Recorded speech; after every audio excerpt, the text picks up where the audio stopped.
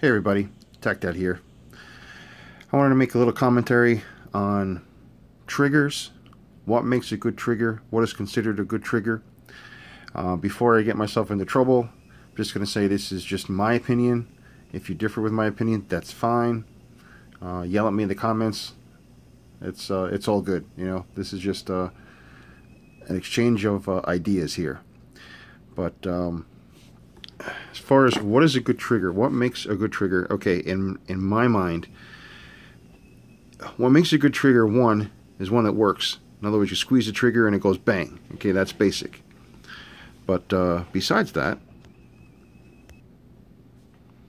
to me, what makes a good trigger is a trigger that when you squeeze, and these are all unloaded, okay, just so you know.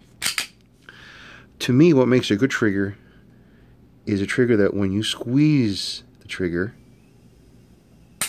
the front sight does not move.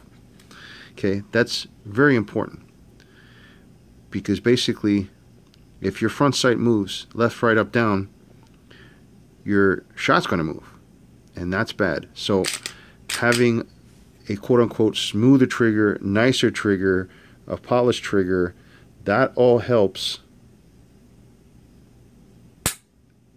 in making sure that your front sight doesn't move. Now the VP9 is one of the two handguns that people rave about their triggers. You know, the other one is the PPQ. I love this VP9, by the way. So yeah, this one does help a lot with not moving the gun when you squeeze the trigger. Okay, now this trigger, again empty, a lot of people hate this trigger. This is the MMP 2.0, and 2.0 has improved, and people don't like this curved trigger, two-piece trigger, whatever. But basically it's a matter of training and getting used to whatever trigger you have. And basically, if you train and shoot, and you can hold on to your pistol and pull the trigger, and this front sight does not move, then you've got yourself a good trigger. Now, admittedly, full disclosure, I shoot this one slightly better than I shoot this one. Is it dramatic, the difference? Sort of. I mean, if I had to choose, I would grab this, absolutely, because I know I'm going to be a lot more accurate with this one. So where does that leave me? Well, I mean, if you're a 1911 guy, then you love 1911 triggers and you hate Glock triggers. If you're a Glock guy, then you love Glock triggers and you hate M&P triggers. And if you're an M&P guy, you're like, trigger's not bad at all. I've always shot with M&P and it shoots great, and I'm not crazy about Glock triggers or XD triggers.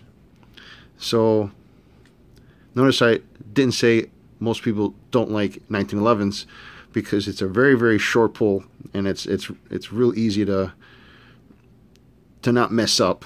Let's put it that way with a 1911 trigger. Okay, so I'll hand you that one. But basically, it's what you're used to, and what you train with. And yes, if you do a trigger job, if you add a flat face or a apex trigger, it'll be easier for you. Sure, you still have to grab the gun in your hands and find out the best way to grab it and hold it and recoil management, all that other stuff, and sight alignment, sight picture, and follow through. But yeah, if you mess with the trigger, you can make it easier for you. But as far as a bad trigger, if it goes bang, it's not a bad trigger. Just you getting used to it. That's my 2 cents. All right, till next time.